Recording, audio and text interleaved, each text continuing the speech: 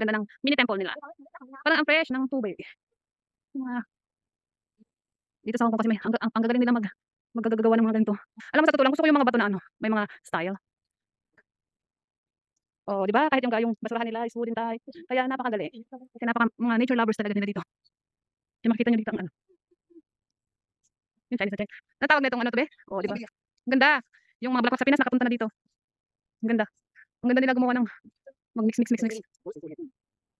Doon din may mga temple sa kabila, saan bang side yun? Ang gaganda talaga ng mga puno, 'di ba? I like it. Ang laki nitong temple park na 'to. Dito sa Diamond Hill. Pero ano dito, ayan po siya. Yung mga pinag-sho-shootingan ng mga bawal pumasok kasi sa mga temple ngayon, Puwede ka lang mag-ikot, pero bawal kang pumasok. Oh, 'di ba? Oh, dito naman yung mga natutuyot na parang nag-grow na ulit sila. Mga puno, ang ganda ba? Do'n ang ganda do'n, 'di maraming do'n, punas-punas lang 'yan. Napaka napakatahimik, napakaganda ng views dito. Nami-miss ko tuloy yung maglakad-lakad din sa bundok. Tingnan niyo guys, parang ang sarap do'n. Parang ang sarap do'n sa gitna ng bato 'no? Ang lamig, ang sarap ng fresh air. Kung gusto niyong makasagap ng napaka-fresh air dito sa Temple Park, punta kayo dito. Gaganda ng mga puno kahit alagang-alaga talaga sila.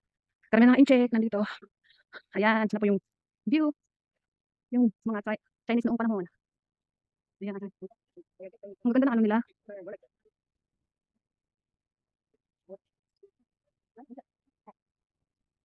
Sarap dito guys. Sana lahat ng nakaka-experience maglakad-lakad dito. Ayun. Hindi na kayo makaikot sa doon naman tayo sa kabila. Walang daan dito Meron, ayun. Maganda sana dito picture. Sa loob.